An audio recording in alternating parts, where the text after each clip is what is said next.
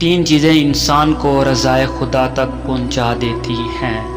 Number 1 استغفار، number 2 انکساری اور number 3 کثرت صدقہ۔